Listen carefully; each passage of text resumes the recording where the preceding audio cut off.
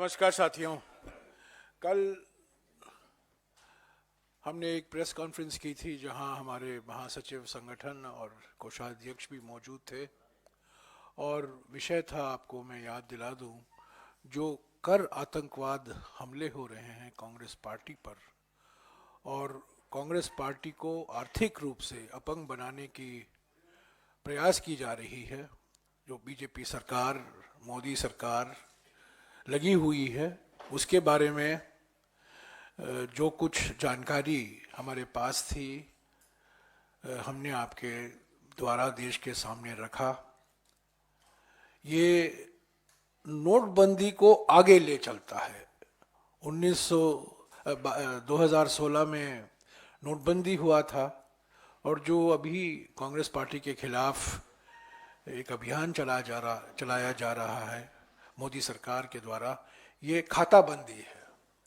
ये नोटबंदी नहीं है, ये खाता बंदी है। हमारे सारे खाते को बंद करने की कोशिश की जा रही है, पर हम इससे हम डरते नहीं हैं। हम लड़ रहे हैं एपेलेट ट्राइब्यूनल में और अगर ज़रूरत पड़े हम न्यायालय में भी जाएंगे।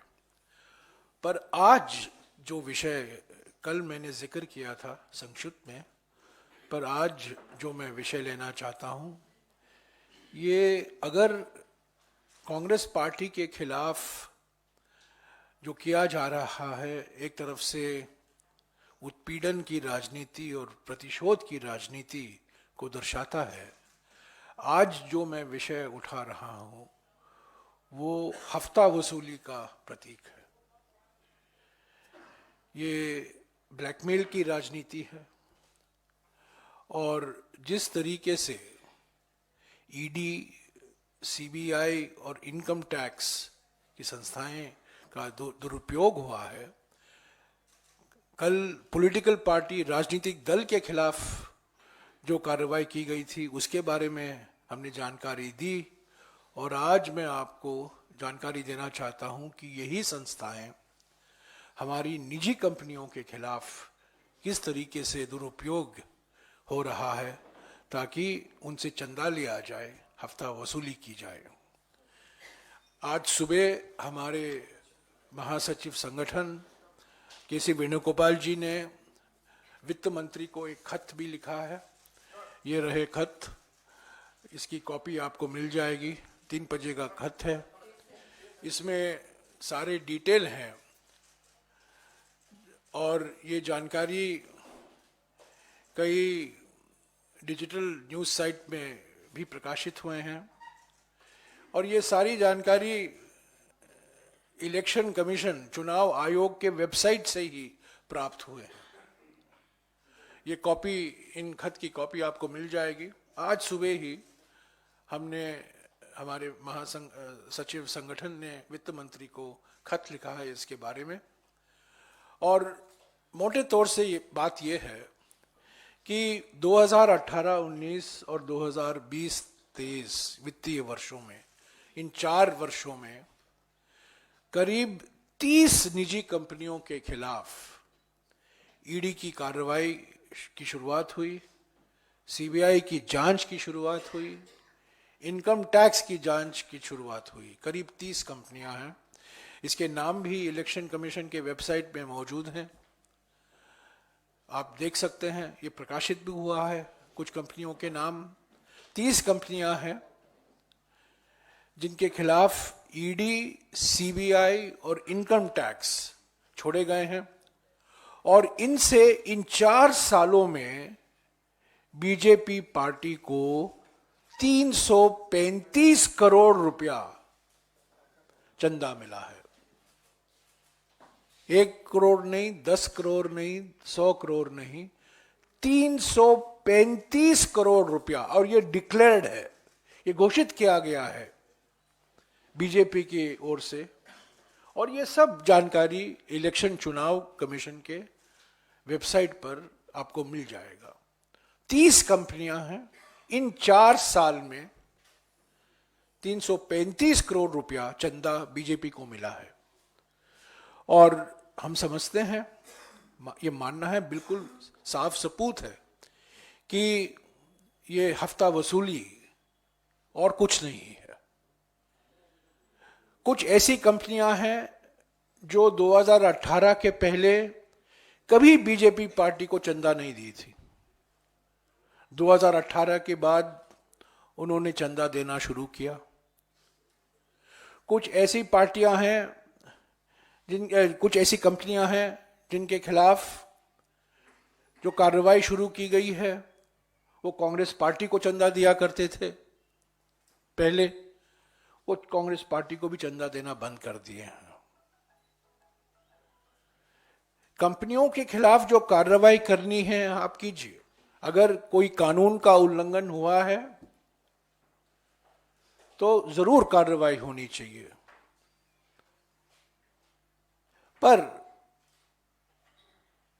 धमकी देकर, ईडी के द्वारा धमकी देकर, सीबीआई के द्वारा धमकी देकर और इनकम टैक्स के द्वारा धमकी देकर उन्हीं कंपनियों से, उन्हीं निजी कंपनियों से चंदा लेना, मैं समझता हूं ये बिल्कुल साफ दर्शाता है कि मूल मकसद क्या था। ईडी, सीबीआई और इनकम टैक्स की जांच का मूल मकसद यही था, हफ्ता वसूली। ये ब्लैकमेल की राजनीति का एक मिसाल है। तो हमारे ओर से हमारे महासचिव संगठन ने वित्त मंत्री को लिखा है कि ये बिल्कुल नामुमकिन है। हालांकि मोदी है तो मुमकिन है, ऐसे ही जो कारनामे होते हैं इन्हीं के कार्यकाल में हुआ है। कभी किसी राजनीतिक दल का खाता बंद नहीं हुआ है, किसी पर इनकम टैक्स का नोटिस इतनी भारी मात्रा में नहीं आया है, और इस तरह किसी निजी कंपनियों के खिलाफ कार्रवाई नहीं की गई है ताकि उनसे आप चंदा हासिल करें। तो हमने इसकी जांच की मांग की है। हमने सवाल भी उठाए हैं वित्त मंत्री से, जो आप पढ़ेंगे। तो हमने 3 सवाल उठाए हैं। एक सवाल तो यह है कि क्या आपने तो अर्थव्यवस्था पर श्वेत पत्र प्रकाशित किया, क्या आप हफ्ता वसूली पर एक श्वेत पत्र प्रकाशित करेंगे? क्या जनता को विश्वास में लेंगे कि आपके पार्टी को चंदा मिला है, कहां कहां से चंदा मिला है? और ये विषय और भी महत्व रखता है क्योंकि सुप्रीम कोर्ट ने कहा है कि इलेक्ट्रल बॉन्ड परियोजना हमारे संविधान के खिलाफ है। दूसरा जो सवाल हमने उठाया है कि आप अगर, जैसे कि आप दावा करते हैं कि आपका फाइनेंसिंग, दल का पार्टी का फाइनेंसिंग बिल्कुल पारदर्शिता से होता है, आपको कोई छुपाने की जरूरत नहीं है। अगर ये बात सही है कि जो जानकारी आई है चुनाव आयोग के वेबसाइट में, जो जानकारी ली गई है इन न्यूज़ पोर्टल के द्वारा, क्या उसका आप खंडन करेंगे?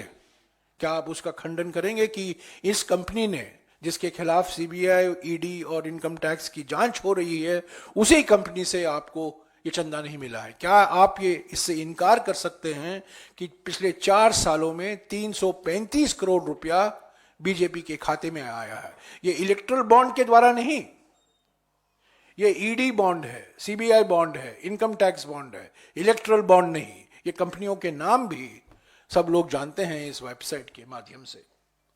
और तीसरा सवाल जो हमने कहा है कि अगर आपकी नीयत साफ है, अगर आपने कुछ गलती नहीं की है, कि क्या आप एक सुप्रीम कोर्ट द्वारा मॉनिटर्ड जांच को स्वीकार करेंगे? क्योंकि आप बार बार कहते हैं कि हम लोकतंत्र को साफ करना चाहते हैं, हम फाइनेंसिंग को साफ करना चाहते हैं, हम पारदर्शिता लाना चाहते हैं। इसी दावे के साथ आपने इलेक्ट्रल बॉन्ड की घोषणा की थी, जो सुप्रीम कोर्ट ने कह दिया है कि वो कानून के खिलाफ और संविधान के खिलाफ था, और ये लोकतंत्र के लिए बहुत खतरनाक साबित हुआ है। तो क्या, अगर आपकी नीयत साफ है, अगर आप कुछ छुपाने के लिए कुछ नहीं है, तो इन 3 सवाल जो कांग्रेस पार्टी ने उठाए हैं और हमारे महासचिव संगठन ने वित्त मंत्री को लिखा है, क्या उसका जवाब आप देंगे कि नहीं?